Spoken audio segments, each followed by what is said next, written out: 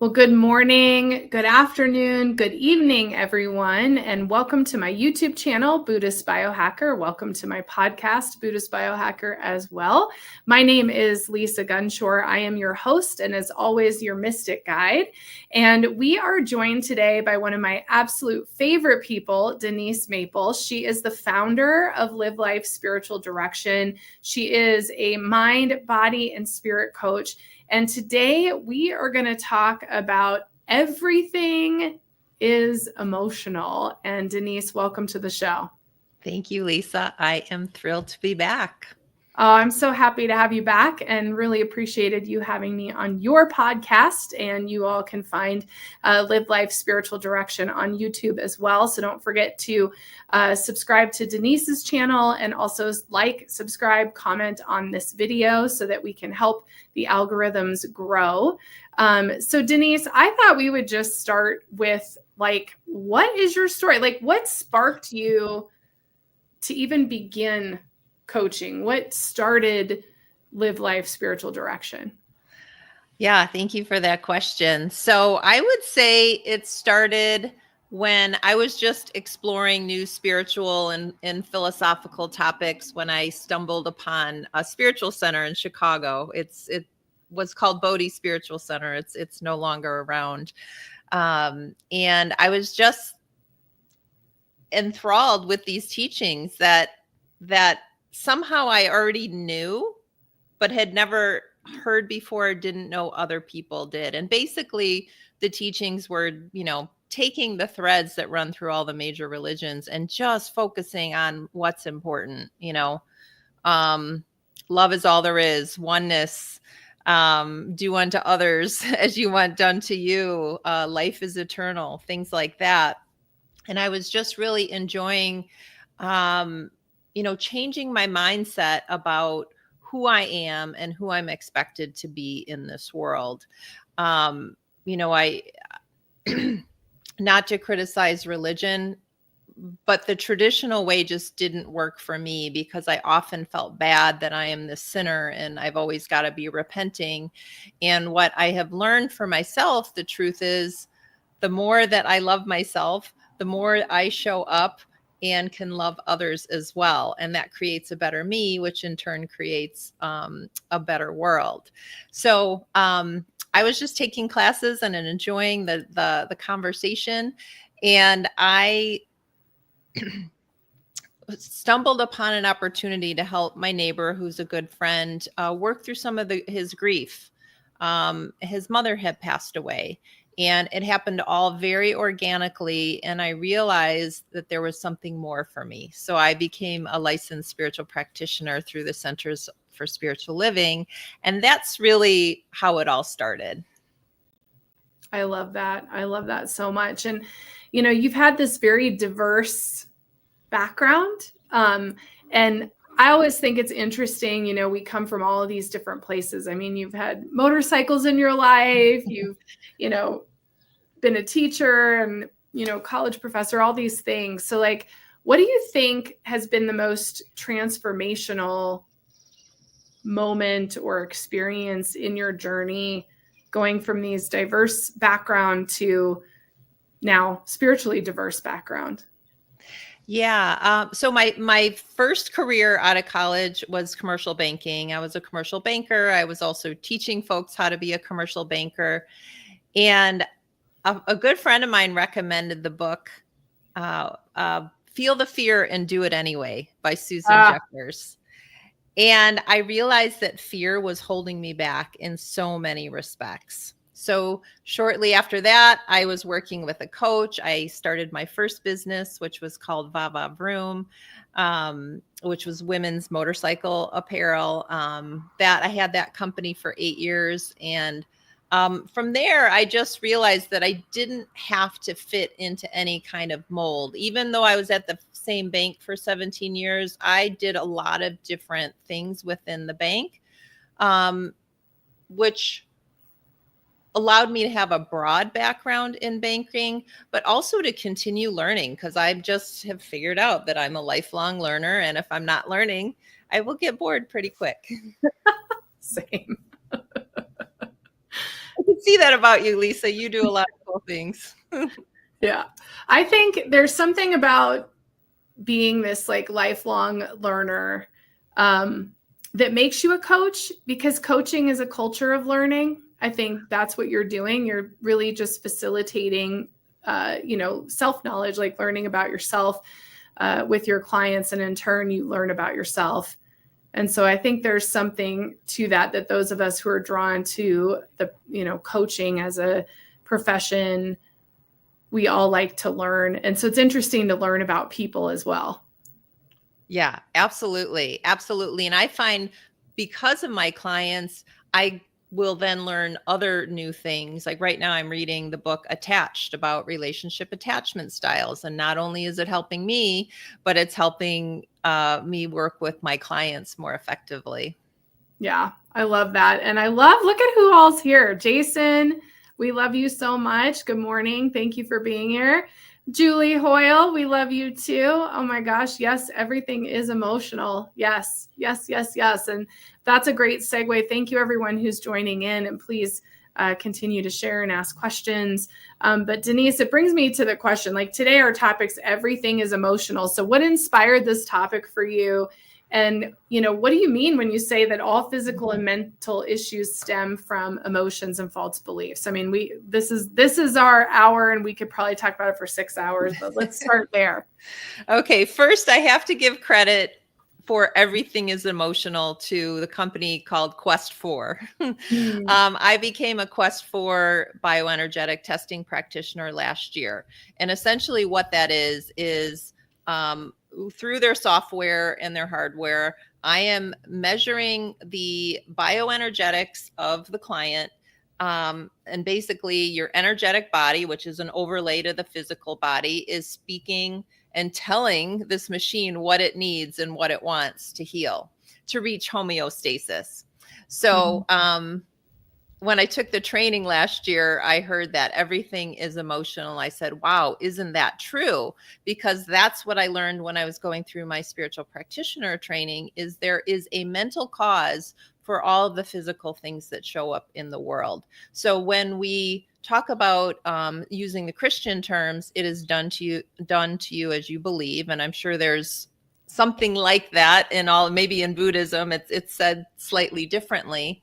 But what is happening within our mind is creating the outpicturing in the world. So a big part of what I do is help people identify those false beliefs, those limiting beliefs about themselves and about the world that is holding them back. There's also a body of work, which I know you're familiar with. Louise Hay has done a lot around this, but others as well, that when we have a physical symptom, what is the emotional cause? So for example, if you're having an eye issue, what is it you're having trouble seeing? What is it you don't want to see? Because your vision is getting clouded. So if you start paying attention and doing a deep dive into, like, pick one thing, like my back hurts. Why does my back hurt? What does that represent? Do I feel like I'm carrying too much on my back, metaphysically or literally? I don't know. We can start to explore these things and heal them, and then we see a healing in the physical. Yep, it's so true, and I think it's kind of fun. Just like if you're analyzing your dreams, I think it's fun to like analyze what's going on from a metaphysical perspective. And even if you look at Chinese medicine, obviously Ayurveda has stuff in it as well. But whatever, you're looking at, for example, the liver in Chinese medicine is anger. And, if you're having challenges with your liver, you probably have anger that you want to process. And so, yeah, just like you're saying, it's like there's always something behind the next thing. It also sticks out to me, and I know Louise Hay talked about this as well. She was kind of the founder, I think, of at least getting this out into the world in written form. But, talking about emotion is energy in motion. And so as our emotion is moving and that energy is moving, it starts to form into matter. And one thing I've noticed about myself is really just thinking about, I wrote an article last year called From Ruts to Grooves, and talking about how we get in our ruts versus being in a groove. And, I've thought a lot about that because I think we get into our emotional ruts. And so I've been asking myself, like, if I continue to sit in resentment, like, what is that creating in my body? And, starting to look at that, because as we age, we start to see how our energy and our emotional state is manifesting in the physical. And we want to be careful of that. So I'm curious, like, how do you catch it for yourself? How, do you have any examples from clients that you want to share too? I'm just curious, like, how do you catch those ruts and start to link those emotional pieces to the physical? Yeah, I think first and foremost is just a practice of checking in with yourself. In the morning, is my meditation and prayer time. In the evening is my gratitude practice. And through those practices, I am looking within. I'm seeing, did the day go the way I wanted it to? So just having some time and space is really important. And the more you do that, the more you'll start to check in with yourself. So, if I find I'm having low energy, what did I eat that could have lowered my energy? What have I been thinking about? Would it help me to put on some uplifting Hertz music or other music? Like, am I experiencing enough joy and playfulness in my life that it feels good? To more specifically answer your question, I have Louise Hay's book on hand all the time. So I often look at that. And in my office, we also have a book that I think is called something like the Encyclopedia of Physical Ailments and Diseases. And it takes Louise's work, and I don't know who came first, but it goes into a little bit more depth, and it'll go into a lot more of it. Speaking of Louise Hay, I see a massage therapist who was the personal assistant of Louise Hay at one time. And we were talking about, UTIs. And she said that she called Louise to tell her she was going to be late. She had this UTI, needed to get it taken care of. And Louise's response was, "Who are you pissed at?" Like you talked about anger in the liver, it also, which then in turn can affect, all those organs work together to eliminate toxins. And it's not just our physical toxins, it's our emotional toxins as well. So when we're doing not only releasing the toxins, but when we're visualizing and wanting to bring something in, the emotional piece is so important. Because if you're just visualizing it with a feeling of like, oh, I don't think this can happen for me. Well, and so it is, right? Yeah. But if you're getting yourself into that emotion and really bringing yourself into a belief that this is possible for me, and start to feel that joy, that love, that excitement, then you're helping the emotion bring you where you want to go. Mm-hmm. Yeah, so true.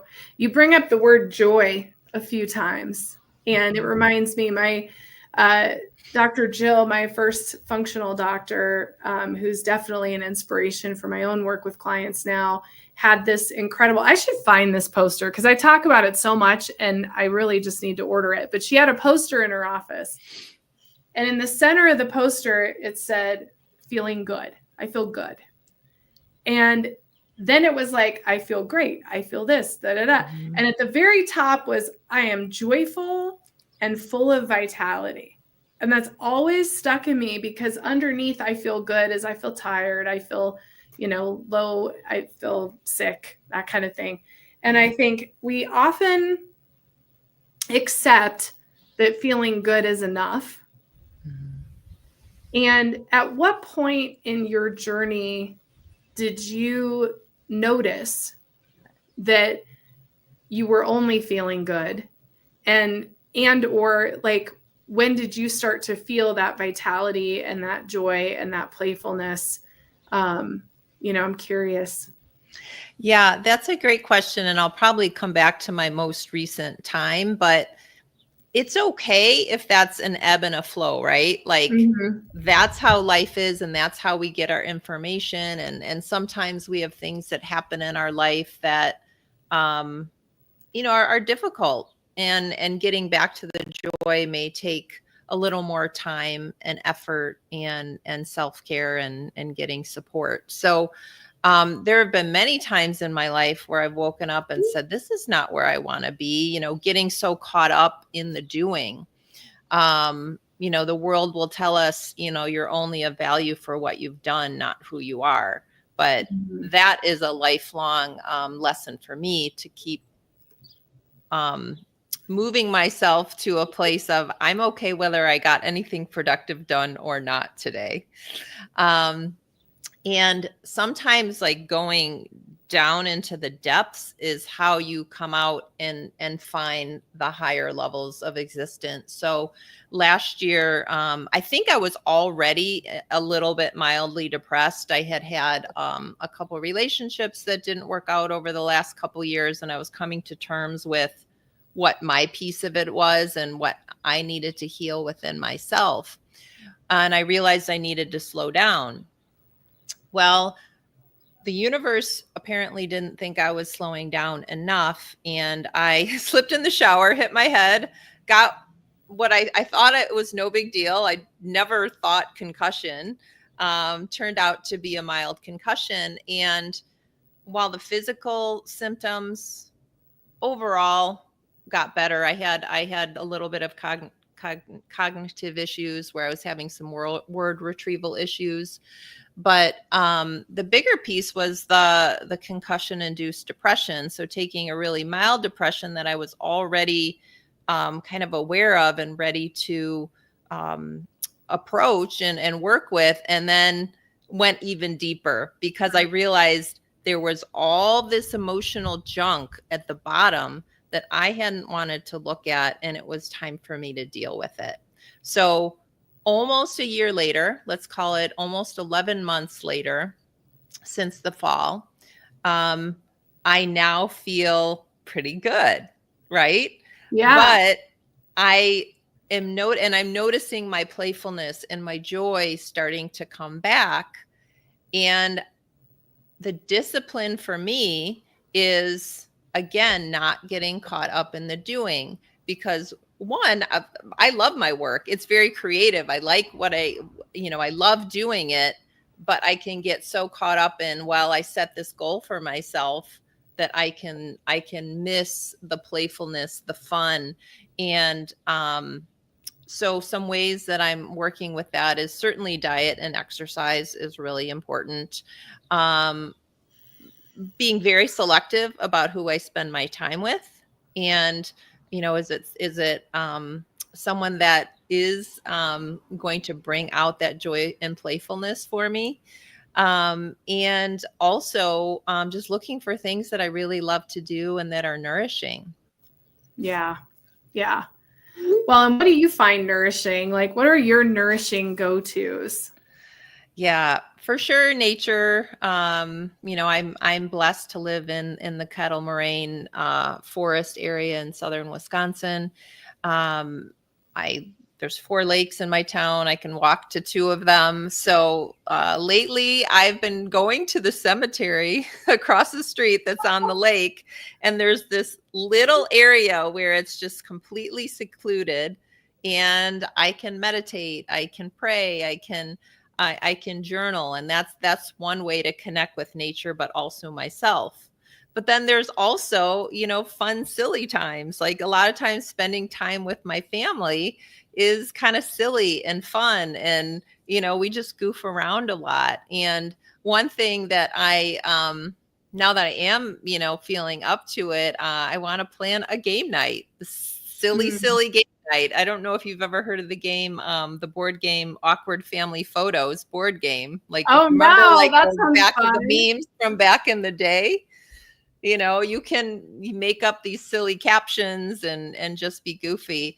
And that's the part that I'm trying to get back to, which I'm getting glimpses of, but I also have to have grace with myself. And I tell my clients this all the time, like, we have to look at the progress, not the perfection.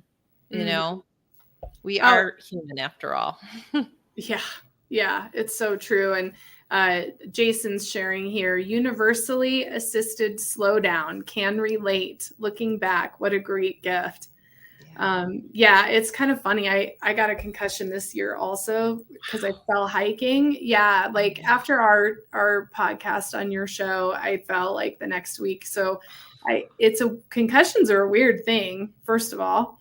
But yeah, I've always taken myself too seriously. I'm so intense. I'm a Scorpio. That doesn't help. But even as a kid, I just was always very philosophical and intense. And recently, I ordered, spoiler alert, but I ordered some puppets. So I'm going to be doing some puppet things on social media. But recently I had that awareness of like, I just don't have fun. Like, I am not fun. Just like always intense and brooding and thinking about death. And I'm like, it's probably I need to lighten up. So I love what you're saying. Great realization. Well, the game night sounds fun, like something fun. I mean, even I have the 4 kids and we don't even do that kind of stuff anymore, And so like you're saying, I think it where does that playfulness come from? It comes from, like you said, diving in and getting deep into that muck, but you got to come out of the muck at some point. Yes. I did a ton and I do this with my clients too. Inner child work, QHHT, energy work, can be a really great way to get supported, and not have to do much other than like show up, and sometimes we don't even show up for ourselves to give ourselves that space. Yeah. Well, and movement too. I think dancing is like such a great way. And I've started incorporating that into my yoga practice. So I'm starting to do more of a yoga martial arts sort of dancing thing with myself. And it's been really nice too. So I think knowing how to release energy. And I want to get into your bioenergetics because I want to understand that a little bit more, and also for our listeners and our viewers. So kind of walk us through what bioenergetics is, what you do, and what that's all about. Yeah. So, it can be done remotely or in person. Remotely, I get the hair sample from the person, so I have the energetics from the hair sample to test. Otherwise, you hold on to these copper electrodes that are speaking with the system, and we run a bunch of scans. So, and this is essentially quantum physics. The way that it's working, it's quantum physics meets homeopathy, and homeopathy, the idea is like heals like. So for example, if I have, if I'm not feeling well, I might take something that will induce a short-term fever-like symptom to kind of push the toxins out of my body. But it's like in homeopathy, it's like a really minute amount of the substance that you're taking. So it's the similarity with the bioenergetics is not only can I test to see perhaps what supplements or minerals or things that your body is asking for, but I can create a frequency remedy. And I put the frequency remedy into a tincture bottle, which is 92% structured water, 8% cane alcohol. If someone can't have alcohol, I can imprint a crystal. But water holds frequency really, really well. So you'll see hertz or rife frequencies specifically going into this that your body is asking for, or an energetic signature that looks something like the homeopathic remedy but because you might not need it at a supplement level, or it might just be in the emotional body or the energetic body, because that's where it starts before it gets to the physical body. It's actually addressing some issues before it ever reaches the physical body.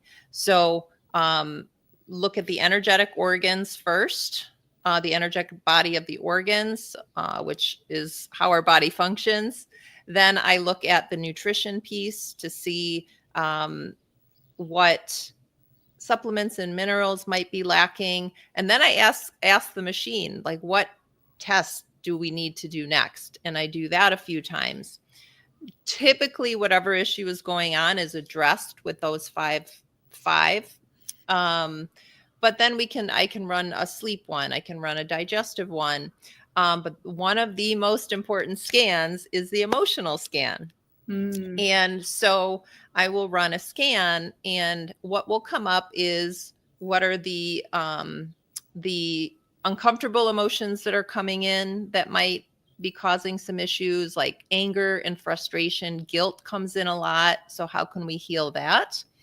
But also it'll give affirmations and emotions to strive for. So it might just simply say satisfied, and your affirmation is I am satisfied. And you can work, well, how can I feel more satisfied in my life?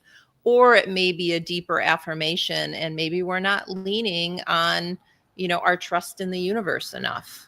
So you do get an energetic remedy for that as well. But I always give my clients a list of things that they can do to support themselves through these specific emotions. I mean, use Insight Timer for specific meditations, use the affirmations, work with a coach to unearth and heal these limiting beliefs. So it's fascinating when I run it on myself or with my clients, and they'll look at me like, how does this know this about me? Like if there's a lot of underlying anger that we haven't talked about and that comes up, it's like, oh yeah, okay, that's there. Let's talk about it. So it's really, truly a mind, body, spirit tool for me that is looking at everything. Wow. And so you're saying this is from a hair sample. So is this something you can do remotely? Yes. Okay. I'm 100% doing this with you. Yeah. Stay tuned, everyone. Yeah, absolutely. In fact, send me the hair sample. You can check it out. Yeah, I'd It's pretty be cool. so curious. And, you're making me think. So I partnered, Jeff Strong, the drummer who's been on my show a few times, who has the, founder of the Strong Institute, has brain stimulation radio. It's something I'm using in my new healing lab. Yeah. And I'm curious, Denise, we should talk about this more offline, but, he has, on this app, there's like hundreds of drum programs for joy, for relaxation, for sleep, for autism and ADD. There's just hundreds of options. And I'd be curious about using those drums too, based on the emotions that you're seeing. So that's very exciting and curious. Like, go ahead. I was going to say, I love that, because one of the scans I can run is complementary therapies. So what other therapies might be helpful for you? And I could load the drum therapy in, because I don't think that's in there. Oh my gosh, do it. Yeah, you should check it out. It's really amazing. And so far, I've just been playing with it and had a few clients try it so far. But, what Jeff's doing is really powerful. So I'd be curious about that. For sure, in partnership with what you're doing. But yeah, sign me up. I'm interested. So I'm curious, like, obviously it does lots of different things, but can you give some examples of some of the folks that you're working with? Like, what are they trying to work on or heal, so that people who are listening, who maybe feel a bit overwhelmed about what it does, have a sense of what they might be reaching out to you to heal with the bioenergetics? Yeah. So, it's a wide array. Some people are just curious and want to try it, right? Because it's something new. And then they stay because of how powerful and insightful it is. Some people aren't feeling well, and they haven't gotten any answers from, the traditional system. So they're looking for other ways. I'm working with a mother, her son who is autistic, and she's looking for ways for him to be as healthy and available as possible. So we just started working together. There is a lot of success in thyroid issues and things like that. And the word the endocrine system, that's the word that was escaping me. maybe my word retrieval is still coming back. And Lyme would be another one. So a lot of things that maybe we don't have a lot of answers yet through the Western medicine or allopathic medicine route, and people are looking for another way. Like I just don't quite feel the way I want to. Like there's something, but I can't quite pinpoint it. That's another thing, bless you, that I hear as well. So like for me, I recently did a post about, how my doctor told me I needed to be on thyroid medication the rest of my life. I proved him wrong. My doctor told me that I would just have to live with my IBS. I proved him wrong. Like there was just so many things that I really appreciate the life-saving measures and nature that we have in our medical system. But for various reasons, that other things are needed to fill in the gaps. Yeah. Yeah. I want to talk about false beliefs for a minute, especially because you're bringing up, I think if you're watching this show or listening, you probably are into alternative medicine, obviously. So is it important to partner with Western medicine? Sure. And I think there are, diagnoses to me can be comparable to false beliefs. And so how would you define a false belief at this point in your journey? Yeah. And before I start, false beliefs you can be very conscious of, or you can be unconscious of. Yes. And typically we're unconscious till we become conscious, but that doesn't mean it automatically goes away, right? Because we have likely decades of programming of having formed something when we were very, very young. And hopefully you couldn't hear that muscle car that we did. Went by. Okay. Sorry. We're okay. Just emphasizing the point here. Yes. Of course, that made me lose my train of thought. Could you repeat the question? Well, we were talking about defining false beliefs, and right? Conscious or unconscious. Yeah, I just think it's funny that it was like a muscle car when we were talking about your motorcycle business before, and now it's like, so there's something to that too. Yes, totally. So defining a false belief. So I'll give some examples.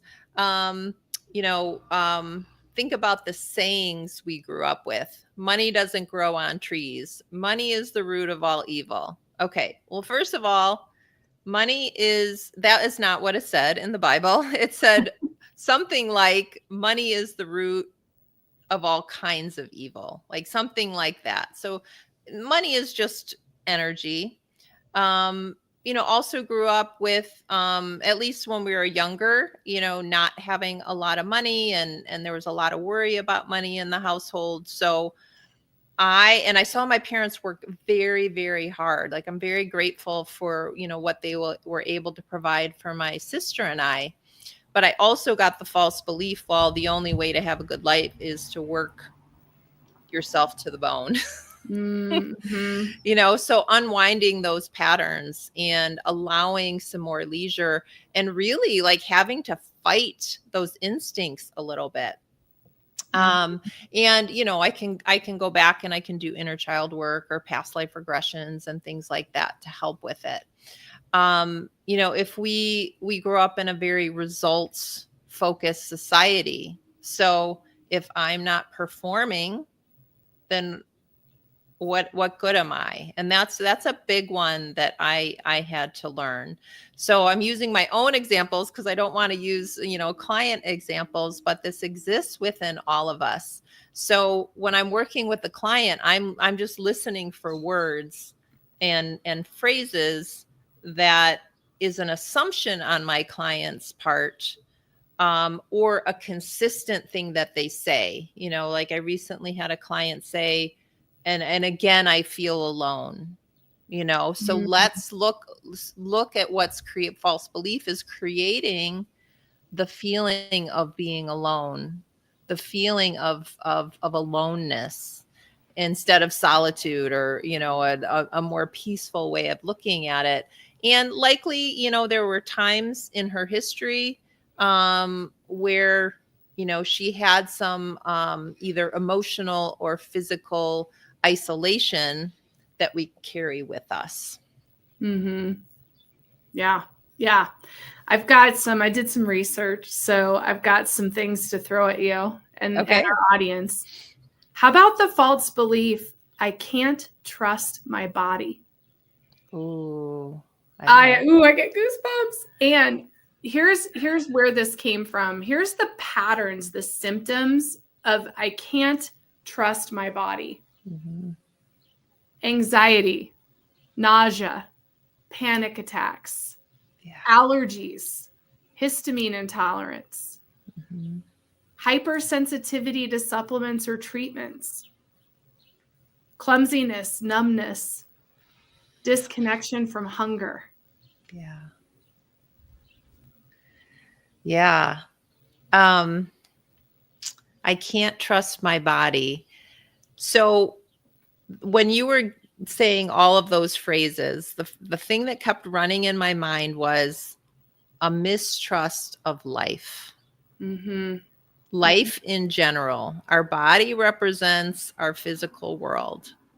And when we don't trust that life is actually working out for the best for us and just giving us information, we get into these panic modes and feel like we need to control everything. And that control creates some tension in the body. But when we can let go and trust, there is so much more easefulness in our life and in our body. And I'm so happy that science is starting to catch up with this, and this idea is becoming more mainstream, because I have been called Pollyanna in the past. Like, you just got to stay positive. And actually staying positive really helps. But if we're ignoring all of these underlying false beliefs, like I can't trust my body, well, and so it is, your body is going to come up with all of these things to show you, you know, you're right, you can't trust me because that's what you're telling me. And you're literally telling your cells, I don't trust you. Mm-hmm. Not a healthy thing to be telling yourself and your body. Right. Well, and here's what I find interesting. I was reading someone's book that's going to be on my show, and she was led to yoga through panic attacks. And I'm like, I was led to yoga through panic attacks. And I think, you know, my fourth step in Enlightenment Pie is trust. And it was the hardest chapter to write because I don't feel that I embody that yet. Right. And like you're saying, I think it's interesting that those of us who seek truth, we're seeking truth because we don't trust. Mm-hmm. We have these chronic health issues because we don't trust. Yeah. And what we're really looking for is self-realization, which is the trust in the self, the capital S. And I want to just say hi, Michelle, and hi, Tracy. Ish is right. And Julie says, yep, she was taught to believe it's hard to make a decent living. Took years to unravel from this. I'll throw out around Julie's false beliefs about success and abundance. You guys ready? Here we go, Denise. Money is bad. Spiritual people don't want money. If I succeed, others will resent me. I have to struggle to succeed. It's selfish to want more. I'll never get ahead, no matter how hard I try. Yeah, that is a big one in our society. And, you know, there are religious orders that take a vow of poverty as if that is something to aspire to. But when we don't have anything, we also don't have anything to give. Mm-hmm. That is a big one. I'm curious, Denise, in your shamanic work, you know, how often have you found those vows of poverty from past lives in people that still need to be cleared? I'm curious if all of us are walking around with these karmic knots, you know? Yeah, yeah. And I will say from what I'm feeling, sensing, and hearing, now is a really good time that we can start unraveling those past lives and those things that have carried through around that. But I did have a past life regression that showed that I was beheaded and I was called a witch. Now, that was what was presented to the world. And I did have, some work with herbs and things like that. But in that past life, I had witnessed some really bad behavior against children, and I was going to speak out, and that's how I was punished. So beheaded, called a witch, and now it makes perfect sense why I don't like having anything like tight around my neck, whether it's like a choker necklace or a shirt that is too high. Gives me anxiety just having you talk about it for the same reason. I wasn't beheaded, but yeah. Yeah. So there's a lot of that. So getting back to the money piece, I've even had, and I don't charge that much for my individual, workshops and things like that. I mean, I don't think I do. And comments like, oh, this stuff should be free. And it's like, well, if you want people to be able to offer this and, for them to, really offer something of value, then let's show your value back. And I've also found that if you're not charging much or charging anything, and then I do free things. It's not like I don't do any of it, but a lot of times it's not valued, and it's easier for people not to show up or to blow it off or, not see it as value because they're not putting the money towards it. So we just have this weird relationship in our society with money, spirituality, and value. Mm-hmm.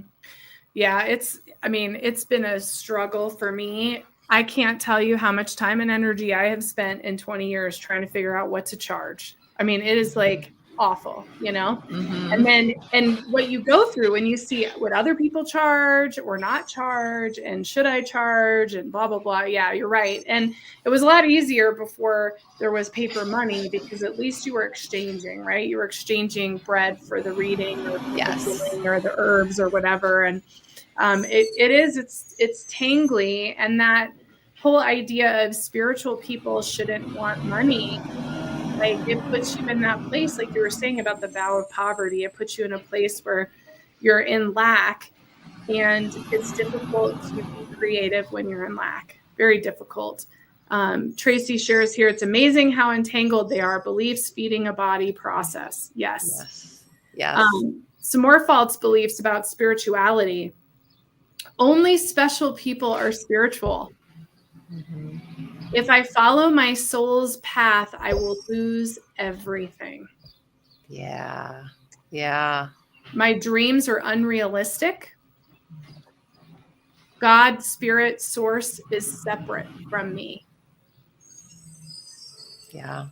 The God outside of ourselves, that belief that we're praying to, and I actually just taught an affirmative prayer class last month. An affirmative prayer is not a begging or beseeching of a power outside of yourself. It is aligning with your truth that you are a child of God, that God is within you. And when you were saying some of the different, false beliefs and sayings, I think about the Marianne Williamson quote from A Return to Love, like, who are you not to shine? You're a child of God. Like, you show other people what is possible when you show up like that. So really trying to flip the script on the things that we've learned, and partly I think to keep us down and under control, but also just some misguidance about what the word really means. Yeah, agreed.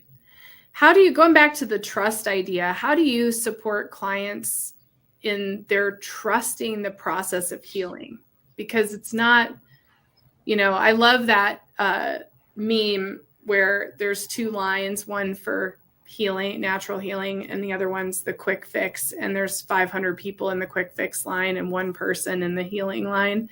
Everybody wants to do things quickly.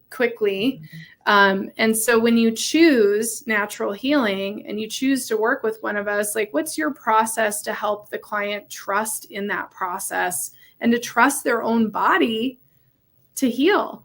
Yeah. Baby steps and experimentation, not trying to do too much at once, picking one thing and finding an accountability partner or a coach or something. And looking at the progress over perfection, like I mentioned, I'm thinking of a client who, has not always made the best choices for herself around the partners that she picks. But because we've been working together, I don't know, almost a year now. And I'm seeing, I'm seeing like how the relationships each time have been better for her and have been better quality. And, she said something recently like, well, I mean, am I expecting too much for myself? If I have these expectations, from a man, and I said, well, let's go look at the past. Were you expecting too little for yourself in the past? And now it just feels a little bit weird that you're holding on your boundaries and not putting up with the BS that you've put up with in the past. You've essentially sent the message to the universe that you deserve better. You deserve to be treated like a lady, to, be treated like you're someone of value. And so we kind of start to question ourselves as we move through the process, but we really need to look at the progress and start with one thing and then go on to the next. Yeah, agreed. Julie shared here, I had a past life memory where I was accused of being a witch, tied up and thrown into a lake with a boulder strapped to my chest, hence initial fear around being seen. Oh my gosh, yes. That's a big one, and I can relate to that as well. I've had to push myself to put out some of my videos that felt like, oh, somebody's not going to like this, Mm-hmm. Oh, I know. I can relate as well. I mean, it's challenging. It's challenging to speak up and speak out because you will always be misinterpreted by someone. You're always going to trigger someone, Yeah. And that's the hard part of speaking up and speaking out. And then of course, not wanting to be banned and all those other things that go on. So yeah.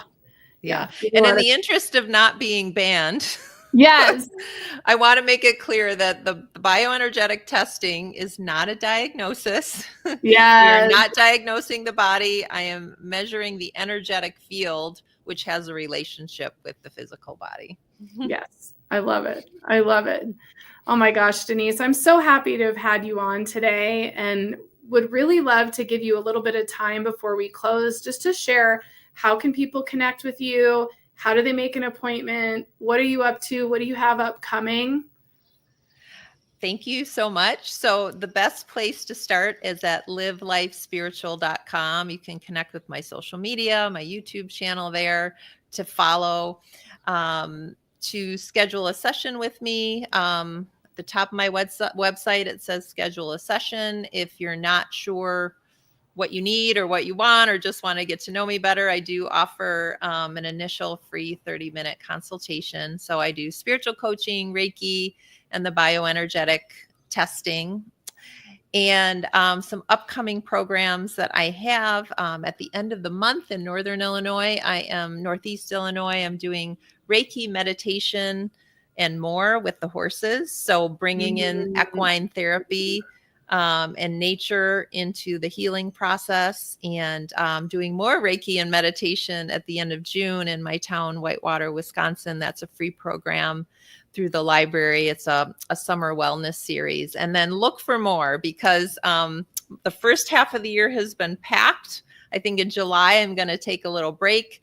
And in August, we will be holding here a peace summit to meditate and call in peace and well-being for ourselves and everyone on this planet. So that's just a few things on the horizon. I love that so much. And Tracy says, so love seeing you, Denise, and happy you can join us, Tracy, for sure. And really appreciate you coming on and sharing all that you are. We'll do this again. I already made a couple notes. We got some future shows I think we should do. So really appreciate you sharing who you are. I'm definitely signing up for bioenergetics. And for everybody out there, as far as I'm concerned, if you missed me and Julie Hoyle's 6-part series on the shadow and the gifts of resilience, please go back and watch those. They were really powerful and really loved having Julie back on. I have Swami Aliyananda coming on soon. We had a spontaneous show appear. So we're going to be talking about navigating your spiritual path while also being a mother and a parent, and what does that look like? So really excited to have her back on. And then really exciting news for everybody out there. We are going to have an OHO Summit in July, both in person in Colorado and also live streamed. And the theme is Awakening the Sacred Body. And we've almost filled up with speakers, but if you're interested in speaking or being a vendor at this event, you can reach out to me at hello@lisamgunshore.com. And we have more announcements coming out about that. And last but not least, the long-awaited Northern Exposure Summer Series Binge Fest is going to start in June, and I'll be announcing that as well. But we're going to take the whole summer to go through this 6-season series of Northern Exposure, because it's so rich that I couldn't do it in a couple shows. I decided we got to do a whole summer on it. We're going to watch it. I know you're into it, Denise. I'm so ready. Yep, I'm excited. I'm still like completely emotionally thrown by the last season. So I'm like, we're going to have to talk about the last season the most, because I'm like, what the fuck just happened? Pardon my language, but what? That's funny, because I had the same exact reaction. So I cannot wait for the discussion. It felt like death. I was like, what is going on? What it triggered emotionally. So I can't wait to talk about that and the shamanic pieces of that. Maybe you can come on for some of that, Denise. And I would love that. Yeah, let's do it. I loved reliving that show. It was my God. At your suggestion. So thank you. Oh my gosh. Yeah, let's do it. If anybody else wants to come on with me and Denise and talk, it's so good. So that is my summer plans for everybody. OHO Summit, very exciting. Northern Exposure, and Swami will be on. So I love you so much, Denise. Thank you so much for being a part of my community, my show, my life. I appreciate you so much. And thank you to everybody who's been watching today. I love seeing all your familiar faces getting back on Buddhist Biohacker with us. So thank you so much, everyone, and have a fabulous day. Thank you, Lisa. Thank you, everyone. Bye.